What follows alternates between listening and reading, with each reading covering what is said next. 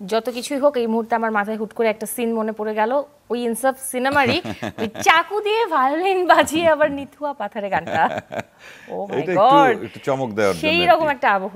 হ্যাঁ, এটা আমার সঞ্জয় সমাদ্দার ডিরেক্টর ছিলেন, তা ওখানেও ওই বছর দুটো ছবিতে আমি গত বছরে এটা কি পরিচালক বলেছিল নাকি নিজে থেকে? ওটা ওর প্ল্যান ছিল, ওর প্ল্যানই ছিল যে নিজের চিন্তা ভাবনা করি, আমার সঙ্গে একটু বলেও ছিল, শেয়ারও করেছিল যে এমন কিছু দেখাতে চাই যে যেটা হয়তো দর্শক চমকে যাবে বা এরকম।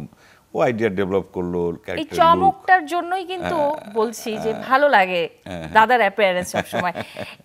আচ্ছা দাদা, সিনেমা তো করা হচ্ছে, এই যে পরিচালকের প্রসঙ্গে পরিচালকের কথা হচ্ছিল, সিনেমা কি বানানো হবে? পরিচালনার কোনো ইচ্ছা আছে? না না, এটা খুব কঠিন কাজ, আমার ওই যোগ্যতা এখন পর্যন্ত হয়নি বা ভবিষ্যতেও সেরকম কোনো ইচ্ছা নেই।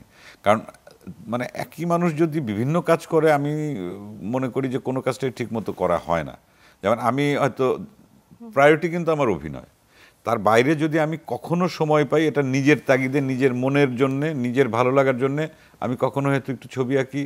আর গান বাজনার টুকটাক যেটা করতাম সেটাও কিন্তু প্রফেশনালি না, একদমই না।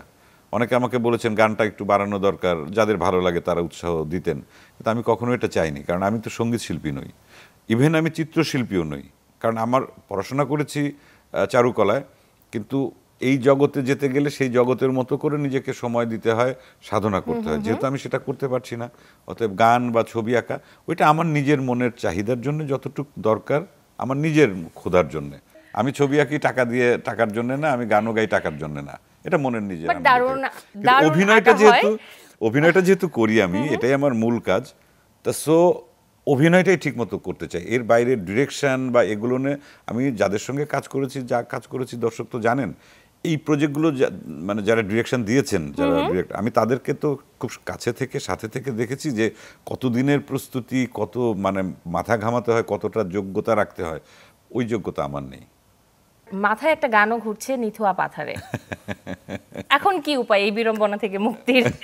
ধরো বন্ধু আমার কেহ নাই, তোলো বন্ধু আমার কেহ নাই, নিথুয়া পাথারে নেমেছি বন্ধু রে, ধরো বন্ধু আমার কেহ নাই। দাদা আমার কিন্তু মাথায় কিছু ডায়লগও ঘুরছে, হ্যাঁ, কিরকম? ওই ডায়লগগুলো আমি পরে শুনবো।